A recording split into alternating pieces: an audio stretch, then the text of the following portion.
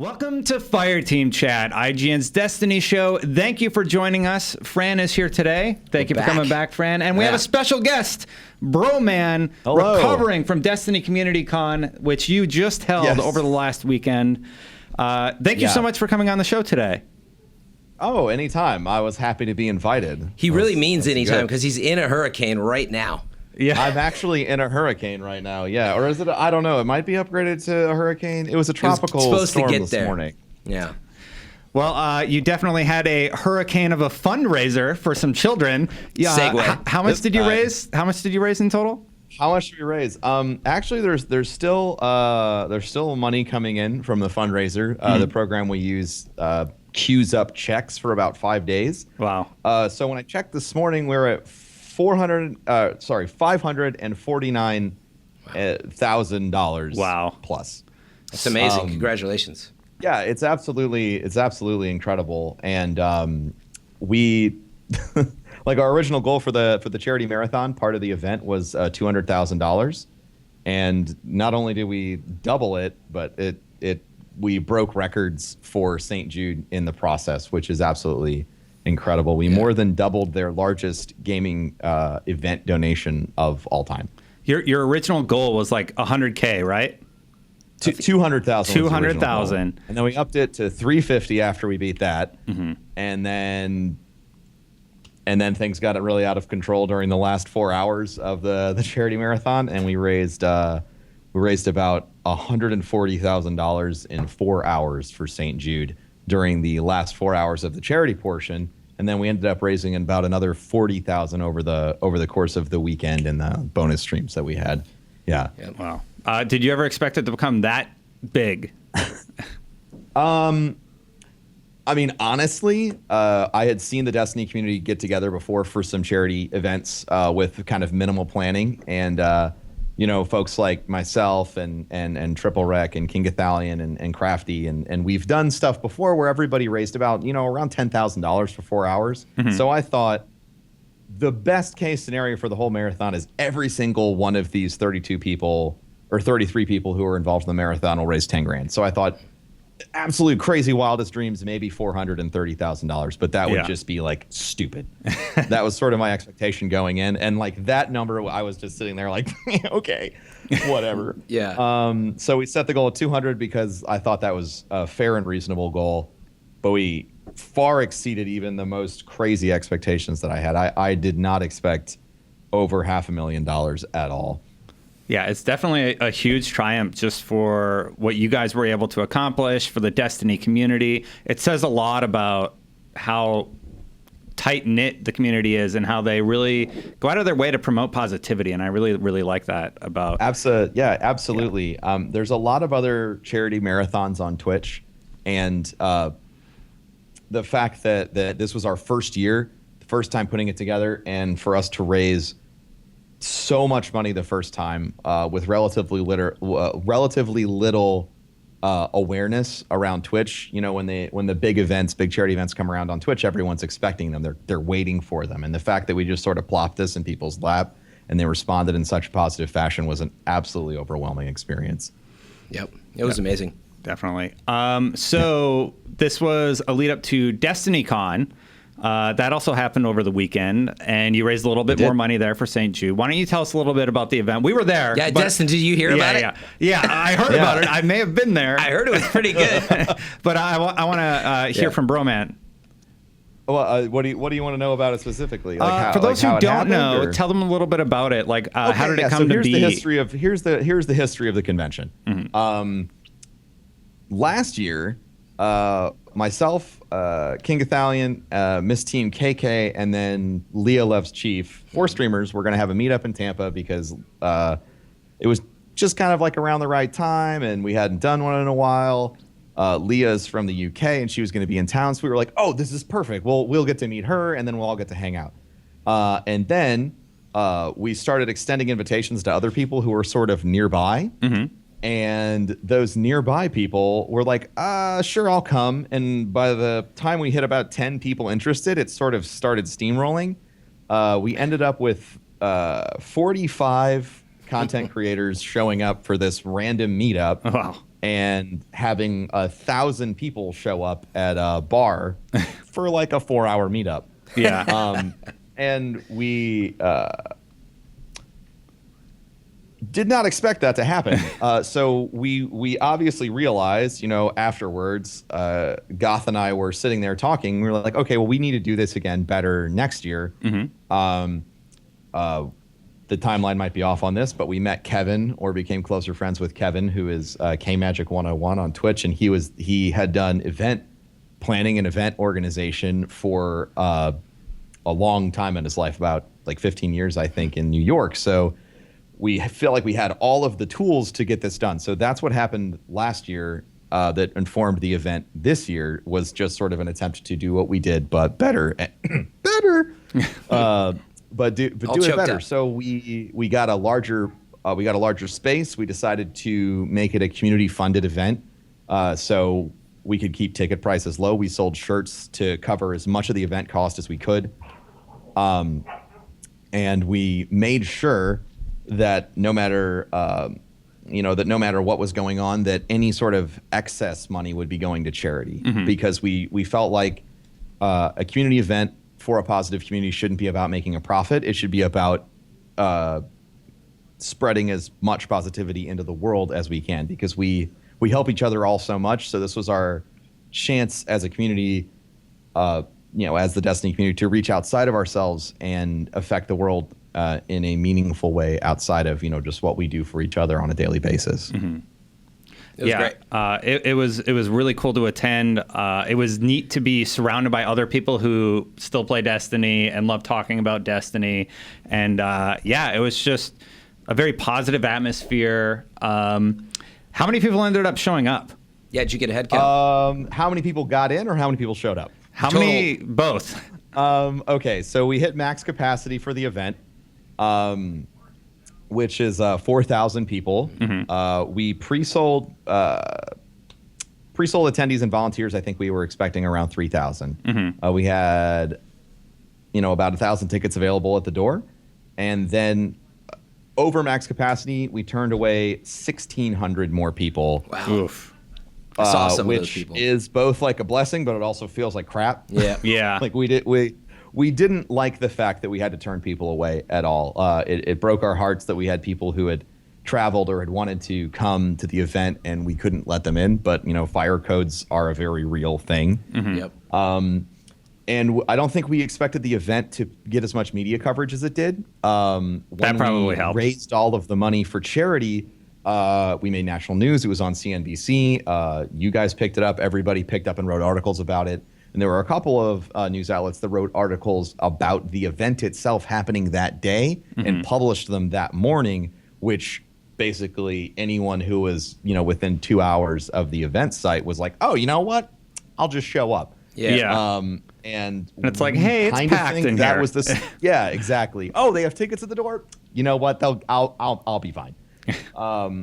So it sort of snowballed out of control there. That's kind of our biggest regret. I think it's our only regret for the event, was not planning for more people. But again, it was our first year, and we felt like, 1,000 people showed up last year. Expecting more than 4,000 people to show up this year was like a little ridiculous. Yeah. But it still happened. Again, the Destiny community is, like you said, so tight knit that it's hard to predict how they're going to react when they're given a chance to get together. Yep. Yeah, and I mean, when you pre-sale, 3,500 tickets or so, to expect that there'd be a third of that would also show up on top of it, it's like, well, that's a huge number on top of it. So you can't fault yourself for not planning for it. But yeah, I felt just as bad. I saw some people in line, some like parents with their kids, and they're saying, "Do you have the tickets?" And they're like, "There's tickets." And I was like, "Oh no!" I was like, "I can't be here for this. I feel so bad." I was like, "Just get me inside," because it was hard.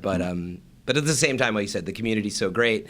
And you guys did make it clear, get your tickets. And so we did. At the end of the day, you got to do your research if you're going to just show up. For 4 months, we had pre-sales, and we tweeted about it, and we made YouTube videos about it. We did podcasts about it. We did as much advertising as we possibly could. Yeah. Thankfully, next year, it's probably going to be pre-sale only, because they will sell out. Yeah. You changed the name of the event for next year, right? We did. We changed the name of the event next year. to Guardian Con because we wanted to make sure that the focus of the event was on the players of the game, not the game itself. Making a Destiny Con created a lot of confusion for folks on the Bungie side because they were getting contacted like, hey, there's this Destiny Con thing. Are you guys putting this on? Who do we contact there? You know, Deej was getting called up and Cosmo, everyone was just sort of catching like interference for it. And that was an unintentional result of naming it Destiny Con. I think we just named it Destiny Con originally because it kind of rolled off the tongue and it was simple. Yeah, it just made sense. It's understandable. And obviously, yeah. So we wanted to change it to Guardian Con for primarily so that the focus could be on the community and squarely on the community's shoulders via the name. And then, you know, another benefit for that is, you know, now Bungie can be involved if they want to in a more direct fashion without the rest of the people sort of at the company, the suits, staring at them being like, there's a lot of copyright problems. Yeah, that's we don't want to be held liable for anything that might happen at this event. But since the name is Guardian, you know, Destiny Con, so it just sort of frees us up to do a lot more with the event than what we did this year, and allows more people to be involved. I don't think changing the name's gonna change the attendance. So I know you guys aren't worried about that. Everyone's like, "What's Guardian Con? This is garbage." I hate it. I like Destiny Community Con better.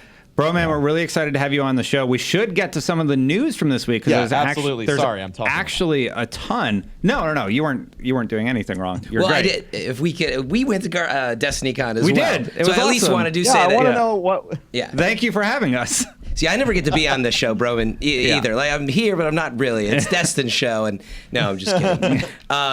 We do try to move fast, but I'm not worried about it today. All right. I just got back from traveling for a month, so I'm like, whatever. We might be in here for 90 minutes, Destin. Let's do it. You guys might get the longest show ever. I'm okay with that. As long as Broman will stay on screen all day.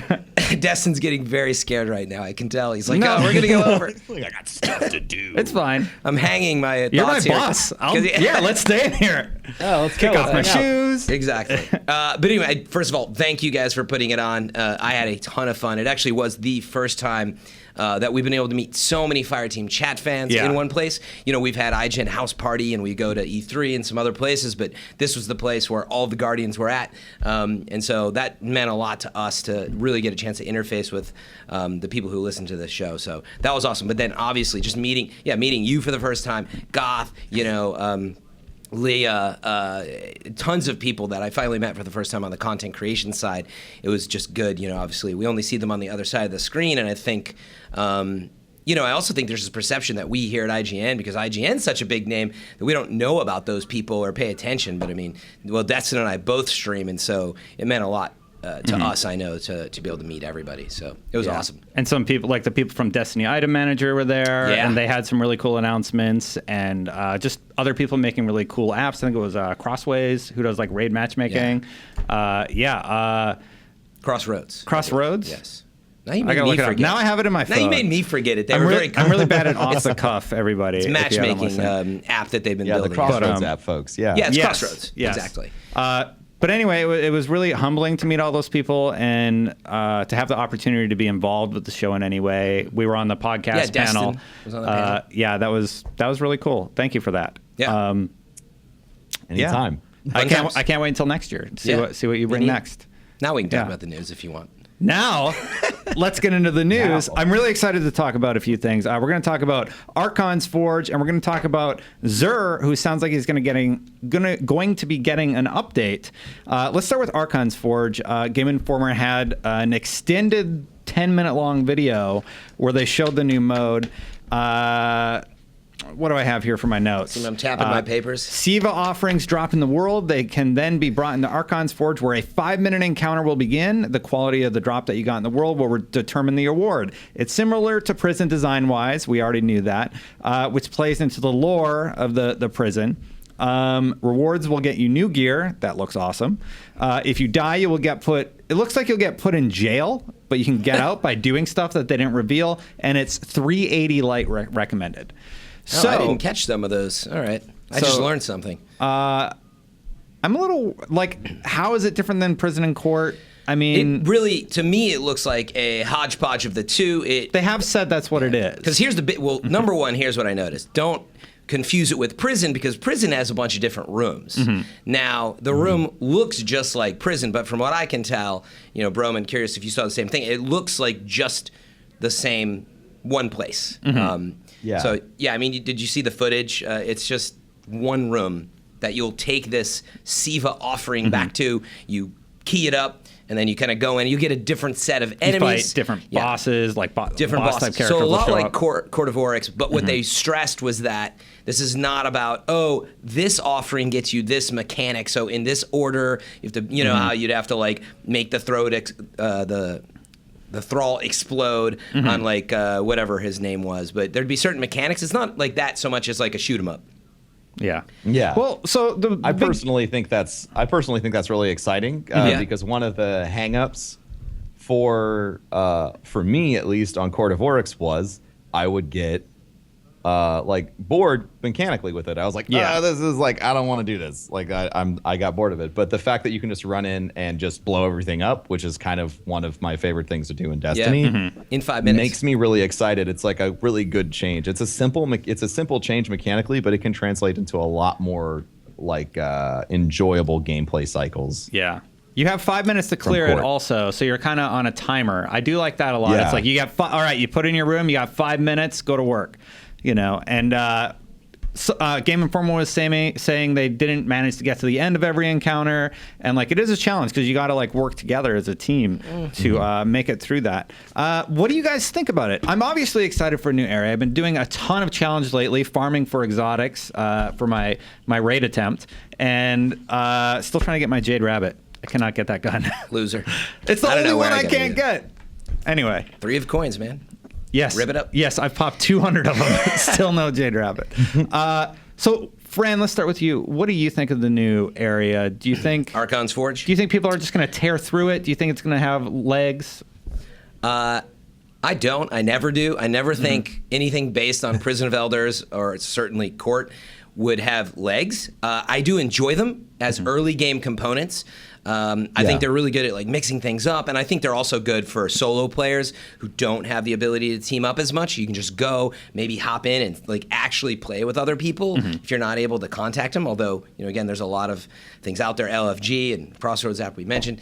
But so I think it'll be fun at first. I do like that. Yeah, Court was too small of an area. Yeah. So I like that the area is bigger. It sounds like they're doing a little better with the rewards and some of the mechanics in terms of like you can even like observe people and wait until they finish, get some of their rewards. But that's not going to last me that long. And I know I'm always that first guy to say that maybe, but I'm not poo-pooing it. It's just that I don't see myself playing a ton of that over the many months to come. That's just me. Not everything in the game. Not everything in the game is going to be something that you want to dump 100 hours into. And that doesn't necessarily mean that thing is bad. It just means that it has a specific purpose. You know, if the purpose of Archon's Forge is to be there as a fun mechanic to help you gear up, and then maybe be there to help you complete some of the questing that you'll need to do to get the new artifacts or something like that, then it's a great piece. It's a great piece of the game. Yeah, I don't think there's anything wrong with saying I'm not going to play this for 300 hours. Like, definitely not. And I don't mean that. I guess maybe deep down, what I'm also just saying is like, I guess because we're so thirsty for this game, you always want more. Yeah, I mean the raids are amazing. Yes. So I haven't seen enough of it to pass a verdict. I feel like I need to see what those boss encounters are like. They haven't showed them yet. I definitely need to play it for myself and understand the mechanics, because it kind of feels like we might run into that same scenario we did with the keys for the chests in Original Prison. Because like if you get these random drops in the world, then you got to go pop them in. Like, is Bungie just going to abandon that in a year when they're like, okay, that doesn't quite work, because people aren't getting the drops that they need, and I'm worried mechanically there. Point. But I really, really want to play it. I've been playing a ton of Challenge of the Elders, and I really like what they did there. I like that it's random now. Yeah. I like that it's a little different every week. So I'm excited to see what this offers. Huh. But I need more info. So I need to try it out. I'm curious about that. I play Destiny every week, throughout the week, on the weekends. I play a lot of Trials on the weekends. Because I feel like that, for me, is all that's left, only because it's something I'm trying to get better at, not necessarily because I think it's the best game mode or anything. Yeah. Anyway, my question is, out of the three of us, who plays Challenge of Elders weekly.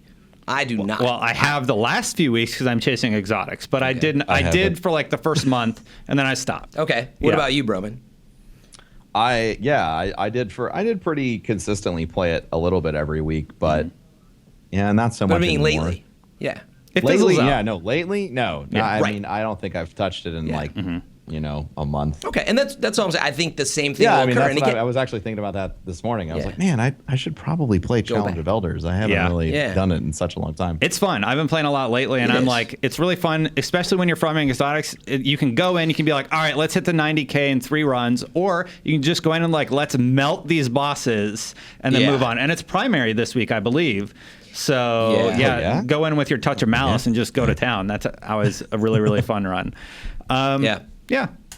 Overall, so what do you guys think about Archons? Let us know in the comments, and you can shoot us over an email if you'd like. Right now, we're going to move on to the new Xur news. So, Game Informer also had a podcast where they asked Bungie a bunch of questions, and I want to talk about the Silver Dust system in a moment. First, Bungie's notes from the show. Here's was the big takeaway. Bungie's community team ranks the most asked for changes every month. So they look around on the internet, see what people are talking about, and they rank them like highest priority. Vault space, keep working on that. Scott told IGN that he is working on it, or the team is working on it. They reaffirm that here. They reaffirm that here. There's something yet to be discovered in Fellwinter Peak. That's really interesting. It seemed like they were alluding to the fact that it's tied to an exotic quest or a special item of some sort. Yeah, this came out of a question about Black Spindle, and they said, will there be something else like that? And something is cool, and they're like, well, we don't want to talk about it too much, and then I don't know if they let it slip a little, but they're like, there's something in the social space. Bad news for Sean Finnegan. New weapon tuning is expected after the launch of Rise of Iron. They're just going to make last word only dismantleable. That's all dismantleable. Yeah. That's all you can do with it. Just kidding. That gun's still great. What else we got here? Rise of Iron hits at 2 a.m. Pacific on the 20th. Chroma and ornaments will both be available still. Eva Levante will sell Chroma. Gunsmith weapons will be updated to new light level, but it seems like the sets there will be the same. Yeah, they dodged that question. Will the gunsmith have new weapons and blah blah? Well, they basically said they're just getting updated to a new light level. They didn't say that, but that's the point. They didn't say no, but they said, well, he'll have new light level, and you're like, all right, well. Yeah. I don't think he's getting new weapons. I think the answer is no. Private matches, wins and kills counts toward Grimoire. I'm throwing my pen all over the place. You are. Give me that. Exotic kiosk will simply be updated to show the new exotics. So this is all the basic stuff. Now let's get into the sort of interesting verbiage that was spoken. Xur will sell ornaments you can get from Radiant Treasure or Silver Dust. Radiant Treasure can be converted into Silver Dust to buy ornaments from Tess. Silver Dust can be used at both Xur and Tess. So it sounds like Xur's getting a little bit of an update. We already know Tess is going to be interesting, but Xur, you're going to be able to buy at least ornaments from him for Silver Dust. Yeah.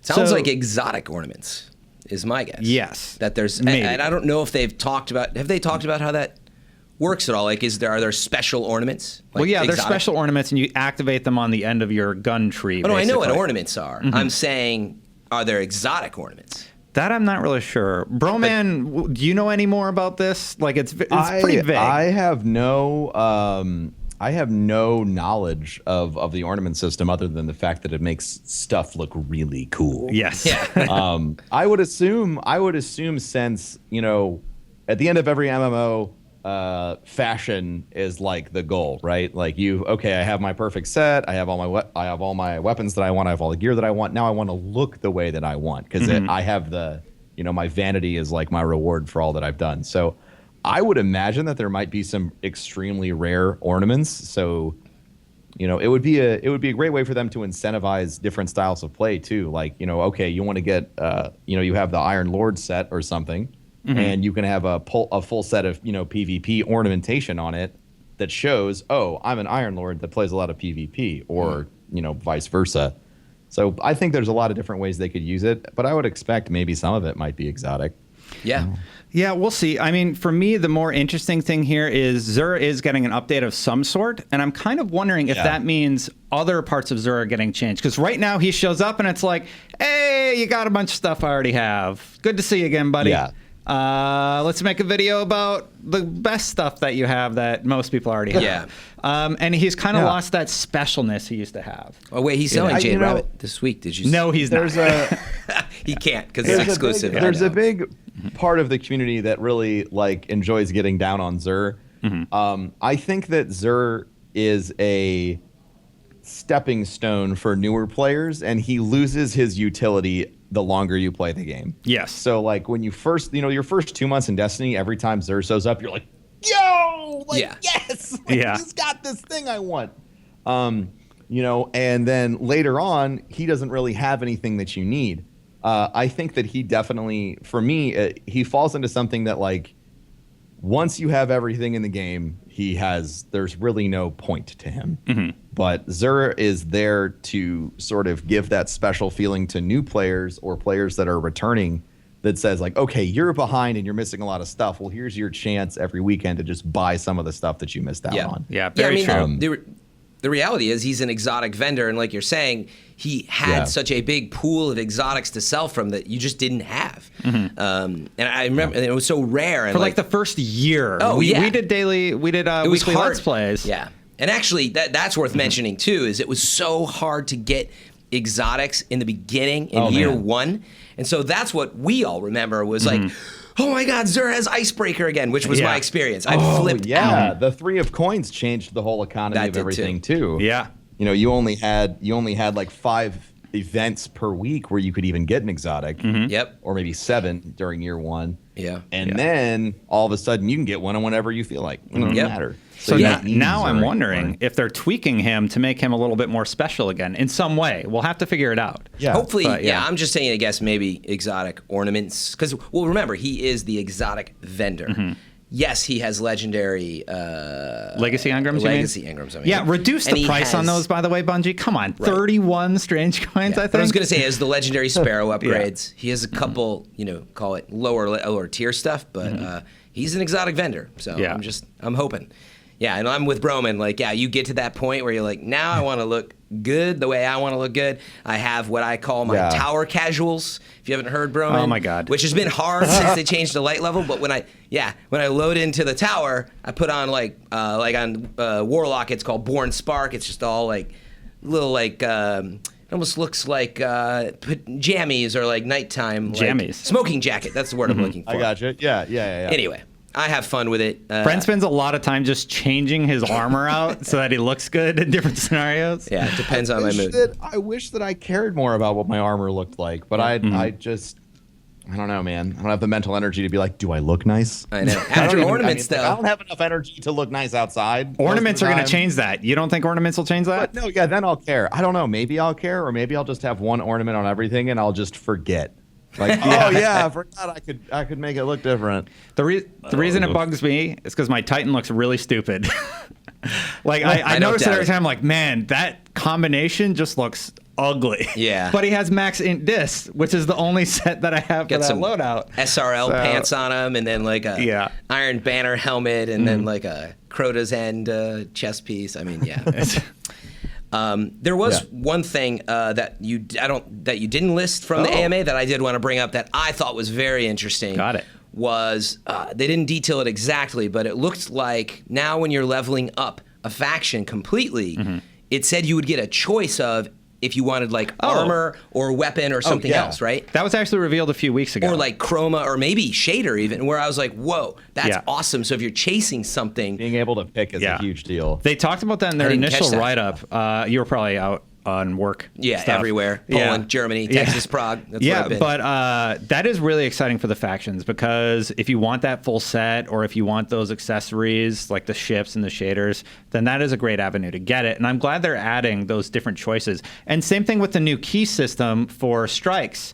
Like if you want specific strike-related loot, you can now get a key that will allow you to open that loot. You read that, right? I didn't catch it. All right. Yeah, so if you're looking for grasps, some paragraphs you can grasp of Malik. You can just run that strike until you get it and pop the chest at the end.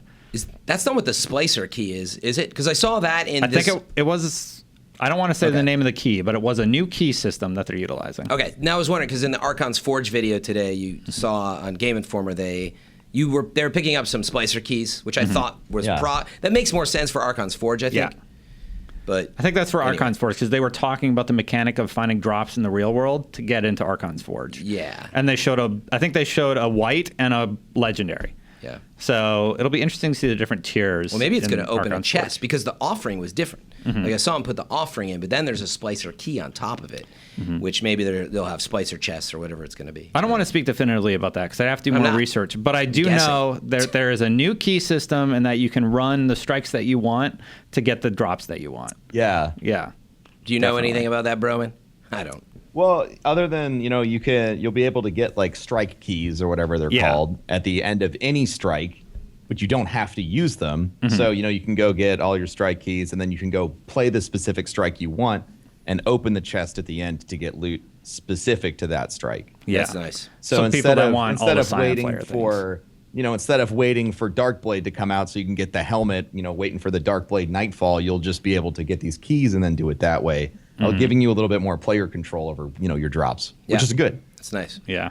It's going to be really fun. Sorry if you already talked about that on the show, by the way, but... No, it's okay. Oh, you didn't? Or you did talk about it already? It's all right. Don't worry about it. I know, but I want to know now. We totally talked about it. Yeah, when Game Informer did their whole write-up, I took like 2 pages out of it of just like little details. I'm just like, ooh, strikes are changing slightly. I need to talk about this. Oh, no, I meant the faction. The faction thing, we brought it up. Okay, cool. Yeah, that's huge. That's gonna be a great way to you spend so much time sometimes chasing some of that stuff. So I'm hoping it applies though to like the ships. Or I don't know if it'll apply to ships because those are pretty rare. But Broman, did you get your level 25 exotics on all your factions? No, I didn't. Sorry, say that one more time. So for your factions, once you hit 25, you get your exotic specific to a faction. Did you do that on all of them? I don't have all of them. I only have my Dead Orbit one on my Titan. Yeah. Those take so much time. You'd have to do all your bounties every day for months. Yeah. I got to check my level because I do not have one yet, but I was Dead Orbit forever. And I don't know how I didn't get it yet. But well, as soon as they announced that it's going to matter more, I switched it up and I made each character one of the factions. And I'm just playing on those factions until they're 25. Yeah. Because I can switch around the weapons and I'm not really worried about the gear. So, yeah. Anyway, Broman, I have to ask you, what are your plans for the raid drop and launch of Rise of Iron? Oh my God. Oh man. Well, are you allowed to talk about it? I'm going to be doing the raid with the same team that we did the raid with last time. So it'll be myself, King Ithalian, T-Rex, Rebel Eyes, Gunny, and Cheriona. We're going to do what we did last time, which is all of us are streamers. So our goal is to prepare well enough so that people in chat don't scream at us when we do the raid. That's literally every time as a streamer going to the raid for the first time, like the amount of nonsense that you hear. So you just want to be prepared so that you're not sitting there dying a lot and you have 20,000 angry people yelling at you. What are you doing? Shoot better. We're not going to be doing, and this is the big question. No, we're not going to try and get world first again. We didn't try last time, and I know a lot of people get mad when we say that, but it's true. Like we just went in. I mean, we took breaks to go pee and all this other stuff. Like we were obviously not in a racing mindset. It just happened. So we're going to be ready and we're going to be playing together. And it would be awesome to finish first again. But as always, our goal going into the raid together is to have fun, understand the mechanics, and make sure that we are explaining what we're doing while we're going along, so that anyone who's sort of raiding along with us or watching later knows what to do. Another world first would be really cool, though. I was talking to some of the guys at DestinyCon. Obviously, yes, it would be cool, but we were all kind of like, we hope somebody that nobody knows gets it. No, absolutely. Yeah. Absolutely. I would love, and we talk about this all the time on the raid team, we just want somebody that's like 6 dudes that hang out and raid every week, and they all just, they never stream. They don't have a YouTube presence. They don't have anything. They're just people who play the game and love the game to get world first, because that would be, it's just awesome, because we have people like that in the community. And seeing some folks like that get world first would be awesome. Absolutely awesome. Yeah. There's this new streamer, Silver Moose. He just put together a team. He just started streaming. I'm kind of hoping he gets it. because I play with Silvermoose, them once do you in a have any while. space on your team? Yeah. I'm looking actually. Yeah. Destin here is playing with the Planet Destiny team. Is that right? Yep. Playing with Holtzman and crew, Holtzman, Tefty, and Breyer, and then smart crew right there. Two of Holtzman's buddies. Yeah. Except Breyer and Holtzman are going to argue the entire time, so enjoy that. That's fine. I'll just be really quiet. I'll just let them do their thing. Be like, thanks for the backpack. Yeah, but you guys are going for a record, aren't you? Well, I mean, we're gonna try to, but pretty casually. I'm not gonna I'm not gonna have a wall of streams up or anything like crazy like that. Yeah. So I actually wanted to ask you about this, Broman, since you've experienced it in mass. So how do you feel about doing the raid, which is a very special experience, but then your entire chat's telling you what to do, or I saw this on this other stream? Do you try to look away from that, or do you actually accept that it's part of it? I mean, honestly, with King's Fall, it was such a mentally engaging and so focus driven that I didn't really. It's the first time in there, so I didn't really have time to read chat. You glance over every once in a while, but you're so focused on what you're doing. I think between our full raid team, about halfway through the raid, between all 6 of us who were streaming, we had 100,000 total viewers. And you can't even read chat at that point. There's no point to. It's true. And I don't know. I try and ignore it. And obviously you're gonna have people coming in telling you so and so just did this and and all that other stuff. And we managed to clear a lot of the checkpoints first. Mm-hmm. So we didn't really have to worry about people saying oh, so and so told you how to do this, even though people were taking information from our streams and doing that. That's just the nature of streaming the raid. Mm-hmm. Well, especially on launch day. Mm-hmm. But, I know on the night I try and turn a blind eye to it, and I try to just have fun and focus on the positive experience of wow, isn't this great? Mm-hmm. Instead of getting bogged down in the everyone's trying to be mad or bring you down because you keep dying or whatever. Mm-hmm. What's going to happen is I'm excited to do it. It's a hard activity. I know starting on the 20th, I'll be streaming at 2 a.m. on the 20th just because I'm crazy. Then I got to come into work and do another stream on my alt. I already planned this out. I'm going to do stream for IGN on my alt, my main stream on my twitch.tv/the Destin channel. And then on the 23rd, I'm really excited for the super long stream that we have planned. It's going to be a lot of fun, though. And like you, it's going to be it's we're going for it, but we're not going to stress about it at the same time. Because if you do, it kills the fun. It'll totally kill the fun. You can't be stressing out about it because you do want it to be a special experience. And for some people, that stress is what drives them. They're that's that's what they love. They love being first. They love the stress and they love screaming at each other and. Yep. I'm totally with you.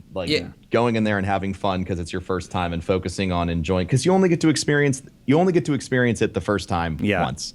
Yeah. Mm-hmm. Focusing on enjoying that's important. I should know this obviously, but who got world first? Actually, the last time around. I think it was Dado, wasn't it? Or is Dado on your crew? It was Dado. Oh, it was Dado. Really? It was Goth and the Gothalians got world first. Were we talking about King's Fall? That was our joke. No, King's Fall. No, that was Goth,